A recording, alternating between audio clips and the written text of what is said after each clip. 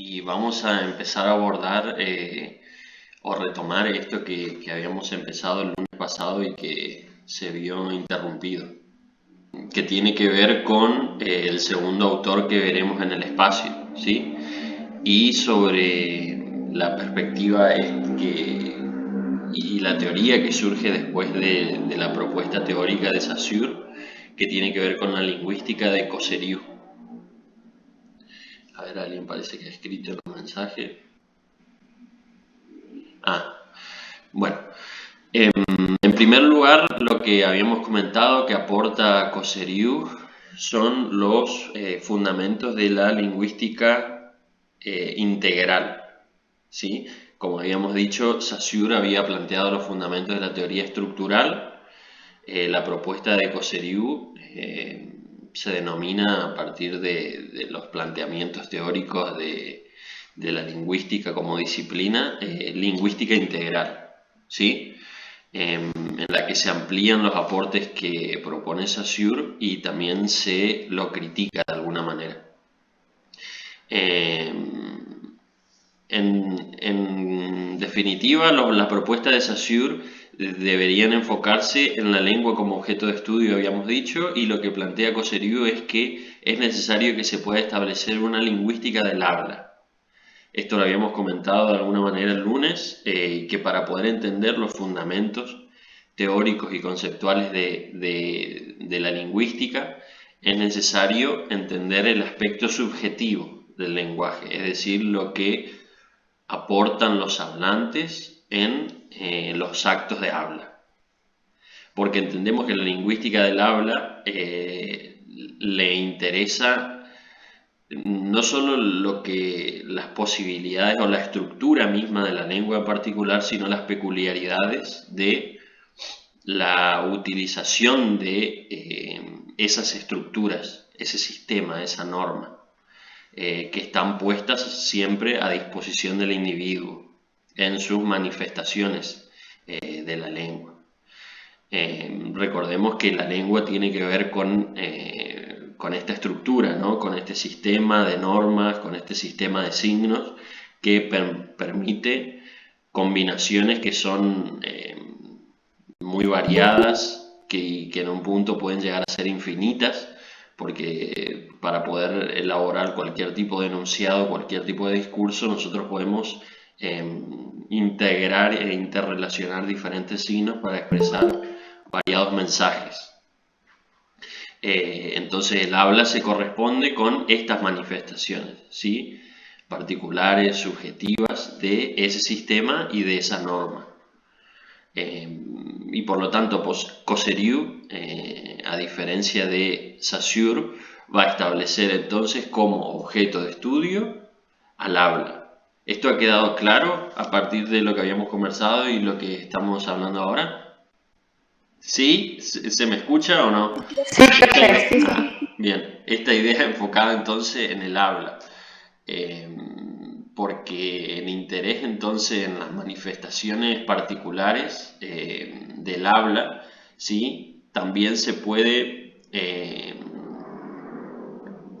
es decir, que a partir del estudio de las manifestaciones del habla, entonces nosotros podemos generalizar el sistema de reglas que constituye una lengua. Sabemos que como hablantes de una comunidad nosotros poseemos una competencia, es decir, el saber lingüístico de un idioma, y esto es, y acá se define uno de los conceptos que son fundamentales cuando estudiamos a Cosseriu, que es el de competencia lingüística. ¿Qué es la ¿Competencia? competencia lingüística? Sí, sí. ¿Qué es la competencia lingüística? Es un conjunto de saberes lingüísticos, normas del sistema y características de una lengua en particular que todos sus hablantes poseen para comunicarse. Es decir, es el sistema que nosotros ya tenemos integrados al hablar un idioma. Esta competencia lingüística está dada es natural en todos nosotros, en todas y todos nosotros, desde el momento en que aprendemos, ¿sí?, un idioma. Y por eso no es esta competencia no es correcta o incorrecta, sino que la realización de esa competencia puede llegar a ser correcta o incorrecta, porque el sistema de normas, el sistema de reglas y las combinatorias que nosotros establezcamos a nivel lingüístico se establecen de manera natural. ¿Se entiende esto más o menos? Es decir, que las diferentes realizaciones que nosotros realicemos a partir de nuestra competencia lingüística se relaciona con otro concepto que habla el autor, que tiene que ver con la actuación lingüística, ¿sí? Es decir, a la realización individual de los actos de habla que están determinados por esa competencia lingüística y que poseen los individuos. ¿Vamos hasta acá? Actuación lingüística, entonces, es la realización individual, y la competencia lingüística es el conjunto de saberes lingüísticos y los saberes que tienen que ver con las normas del sistema de la lengua. Bien, entonces el habla, por supuesto, es la que designa como correcto o aceptable determinado enunciado, ¿sí? Por lo tanto, la relación entre competencia y actuación no es simplemente una relación de saber que se establece, ¿sí?, o como una aplicación mecánica de ese sistema de reglas. No, sino que implica las intenciones del sujeto, ¿sí? Implica la creatividad y la imaginación de los hablantes que todos nosotros poseemos, y la actualizamos y la resignificamos a la hora de realizar actos de habla. Entonces, estas realizaciones son las actuaciones lingüísticas que estuvimos comentando, y que nosotros a la hora de poder establecer estos actos de habla también vamos creando nuevas reglas en el sistema de la lengua, ¿sí? Porque justamente cuando observamos que lo nuevo que creamos al aplicar algún término, por ejemplo, que también lo hemos comentado, como por ejemplo la adquisición de nuevos términos que tienen que ver con las tecnologías, ¿no?, con las nuevas tecnologías, aunque parezca una desviación, siempre nosotros la vamos adaptando a las reglas vigentes que están que estructuran las normas de una lengua, ¿sí? Habíamos hablado del término chatear, ¿no?, que de alguna manera este verbo se adecua a las normas de las reglas del español, que tiene que ver con la desinencia en infinitivo, ¿sí?, y que caracterizan a los verbos de nuestro idioma, ¿sí?, del español. ¿Se entiende esto? Profe. Bien. Entonces, para el autor, si la lingüística no estuviera enfocada en la lengua, significaría que ésta funcionaría para los estudiosos de la lengua, es decir, para los lingüistas, y no para los hablantes. Entonces, si nos enfocamos en el habla, como plantea, cambia la perspectiva y le otorga un sentido de una comprensión más significativa del lenguaje. Entonces, en la definición del concepto de habla, Cosseriu establece o desarrolla 3 planos o niveles en la actividad de hablar, ¿sí?, en correspondencia con los planos del saber lingüístico. A ver si puedo compartirles pantalla. Sí, profe. Bien, entonces dice el autor, plantea que hablar sería una actividad universal realizada por individuos particulares en cuanto a miembros de comunidades históricas. Por lo tanto, puede considerarse en sentido universal, en sentido particular y en sentido histórico. Estos son los tres planos que plantea el autor, ¿sí? Con respecto al habla. Universal, particular e histórico. Por lo tanto, estos tres planos de habla se corresponden con estas categorías teóricas que nos propone el autor. El habla, entonces, entendida desde sus aspectos universales, es decir, que es común a todos los seres humanos. Cuando pensamos que el hablar en general, en relación a la competencia lingüística en general, ¿sí? General, bueno, se entiende esto de que es el aspecto generalizado, es el saber lingüístico que todos poseemos al realizar actos de habla. Por otra parte, el habla considerando una lengua determinada, ¿sí? Se habla siempre en una tradición que es histórica y por lo tanto hace referencia a una lengua particular o una competencia lingüística particular de un idioma en determinado periodo histórico. Y hemos comentado al respecto de este plano, considerando las particulares lingüísticas, por ejemplo, del español que se habla en Loncopué. ¿Sí? Creo que hemos comentado en alguna clase anterior sobre esto, sobre las particularidades del español en determinado momento histórico y en determinado contexto sociocultural. A esto nos referimos, a esto se refiere el autor cuando habla de plano histórico de la lengua. Del habla, ¿sí? Y por último, el plano que hace referencia al habla considerada como una manifestación que es siempre individual, dependiendo a la vez de dos aspectos. Por un lado, que el individuo que lleva a cabo es un sujeto único, particular, y que por otro lado, en el sentido de que siempre tiene lugar o siempre se dan estos actos de habla en un contexto, ¿sí?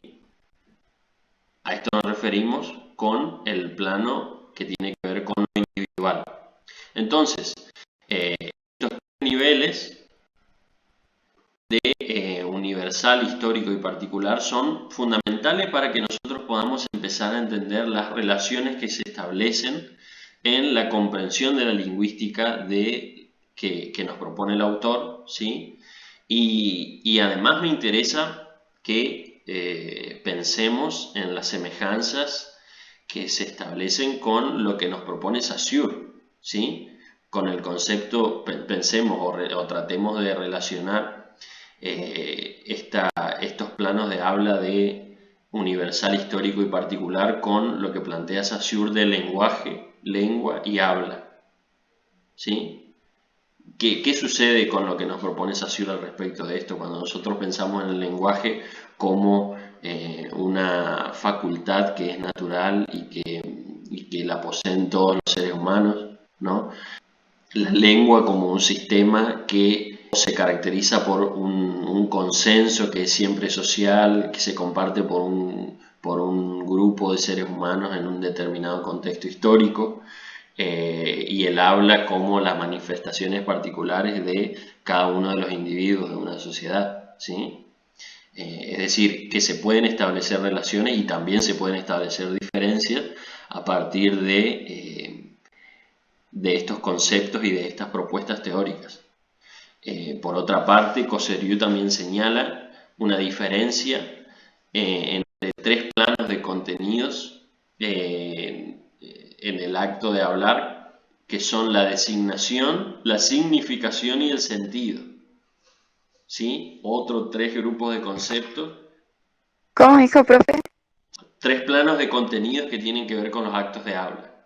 La designación, la significación y el sentido. Esto lo entendemos teniendo en cuenta que un acto de habla siempre hace referencia a una realidad, ¿sí? O a un estado de cosas, a un estado de situación. y se establecen referencias por medio de determinadas categorías normativas de una lengua y que se determinan siempre una función discursiva que tiene que ver con esto, ¿no? Con la designación, con el significado y con el sentido que nosotros le damos a las cosas. Entonces, entendemos tres contenidos, ¿sí?, del habla. La designación, que está situada en el plano lingüístico y es lo que hace referencia a objetos que son extralingüísticos, es decir, que hacen referencia a nuestra realidad cotidiana y contextual, ¿sí? Es decir, cuando nosotros designamos objetos que están en nuestra realidad. A eso nos referimos cuando designamos. Por otra parte, el significado, que está situado en el plano lingüístico, que es particular y es el contenido dado lingüísticamente en una lengua, que es siempre particular también. La especial configuración de la designación de una lengua determinada, dice acá, dice el autor. Entonces esto lo comprendemos siempre en tanto que es similar a lo que plantea Saussure, ¿sí? El significado está supeditado a lo lingüístico, a lo virtual, a lo que es psíquico.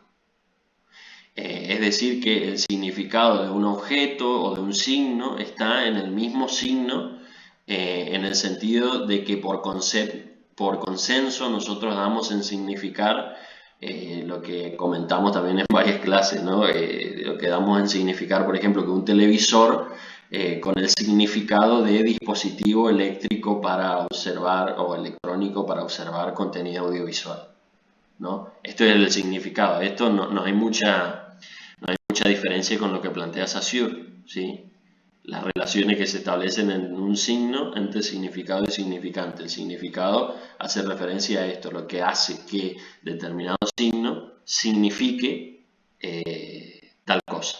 Por último, el sentido, que es un concepto totalmente innovador y que es a donde me parece que realmente se diferencia de Saussure, que está situado en el plano del discurso, ¿sí? Es decir, que es lo dicho con el decir, dice Cosseriu.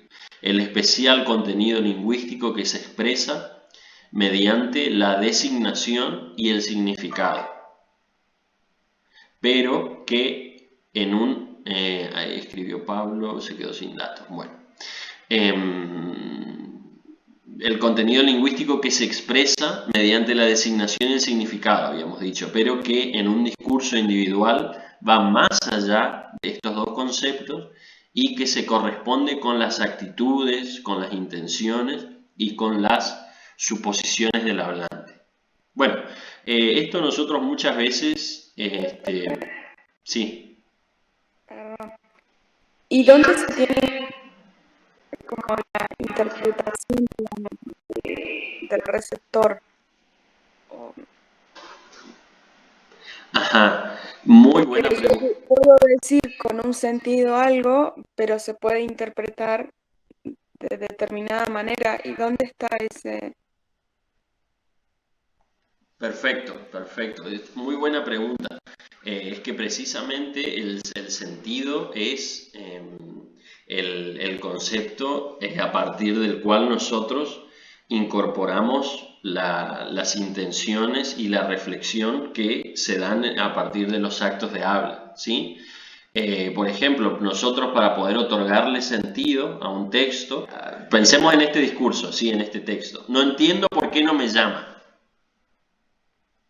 Entonces, ¿a qué hace referencia o cómo nosotros podemos otorgarle sentido a este texto si no tenemos algunas otras características o las intenciones o las actitudes del interlocutor o del sujeto que emite este texto? ¿No? Nosotros no podemos darle sentido a este discurso si no tenemos una referencia, ¿sí? No tenemos las características del contexto a la que hace referencia, porque necesitamos datos e información para poder otorgar sentido a los discursos. Y ahora, no sé quién me había hecho esta pregunta, porque estaba compartiendo y no vi, pero contestándola, creo que las intenciones y la información y los datos que nosotros podemos incorporar como sujetos en los actos de habla tiene precisamente que ver en este momento, se da en este momento en el sentido, ¿sí? En este plano del habla. En este momento es cuando se incluye o se incorpora la interpretación de los hablantes para poder justamente darle sentido a la comunicación y a los momentos y a las manifestaciones específicas de los actos de habla. Entonces ¿Sí? incluye ambos. ¿Cómo? Perdón. Entonces incluye la intencionalidad de ambos, tanto del hablante como del que recepta el mensaje. Sí, precisamente, sí, exactamente. Es decir, que acá nosotros estamos tratando de establecer cuáles son las diferentes concepciones que se establecen en los actos de comunicación en específico, Daniela. Entonces, cuando nosotros hablamos de estos planos de habla, estamos hablando de todo lo que ponemos en juego como hablantes para realizar actos de comunicación, que tiene que ver tanto al emisor como al receptor de los mensajes. Es decir, en los actos de habla siempre incluyen, y siempre tenemos que pensar en si volvemos sobre Saussure, ¿no? En este esquema que plantea él, en el que hay dos interlocutores que están hablando. Estos actos de habla se dan como mínimo siempre entre dos sujetos. ¿Se entiende esto más o menos? Sí, profe. Bueno, entonces en relación con estos contenidos y con estos tres planos se distinguen justamente y que tienen que ver con la interpretación y las intenciones de los sujetos, categorías de juicio que nos propone el autor, que tiene que ver con la congruencia, categorías de juicio. Sí, creí que me iban a preguntar algo. Congruencia, corrección y adecuación. Y esto atendiendo a estos tres conceptos que habíamos comentado, ¿sí? En la designación nosotros determinamos si un texto es congruente o incongruente. Por ejemplo, pensemos en el texto, te quiero pero no quiero estar con vos. ¿Sí? Es decir, estamos en presencia de una incongruencia porque no podemos o no pueden haber dos enunciados que sean contrapuestos entre sí. Te quiero, pero no quiero estar con vos. Es decir, que se contraponen estas dos ideas y que por eso se caracteriza como incongruente en el plano de la designación. Por otro lado, en relación con el significado, decimos que algo es correcto o incorrecto. Por ejemplo, la gato anaranjada.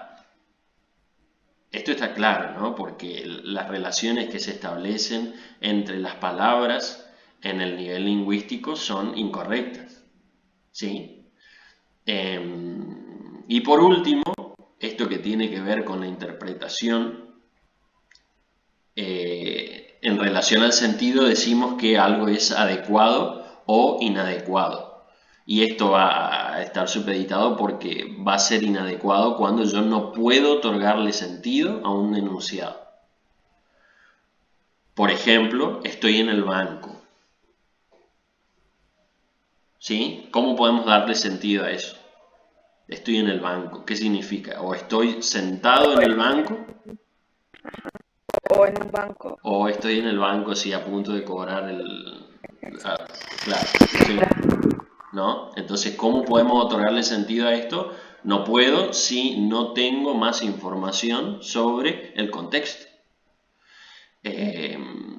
Entonces, el sentido en este aspecto nos referimos a que es más amplio que el significado y que lo abarca, ¿sí? Y a la designación también, y que depende de las situaciones que siempre son variadas y que se pueden dar en la realidad y en las manifestaciones lingüísticas en específico.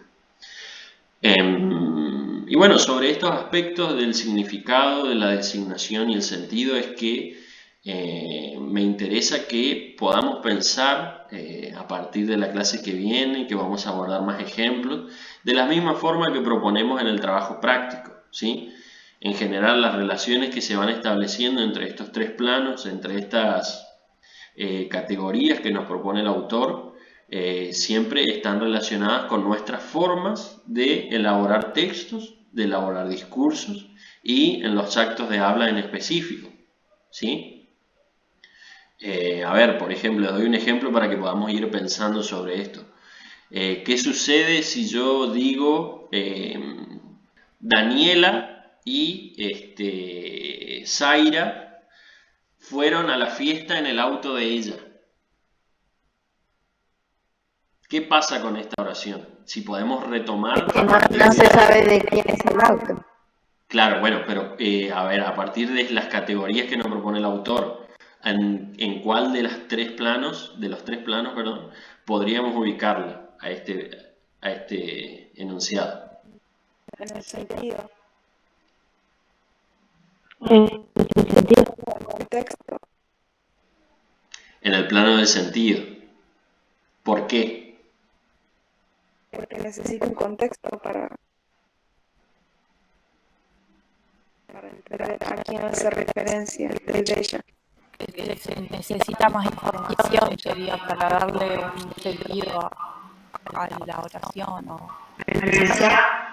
Claro, perfecto. Entonces necesito más información para poder otorgarle sentido y necesito datos de las intenciones y del contexto para poder entender a qué hace referencia. Entonces, en este caso, este enunciado es inadecuado, ¿no?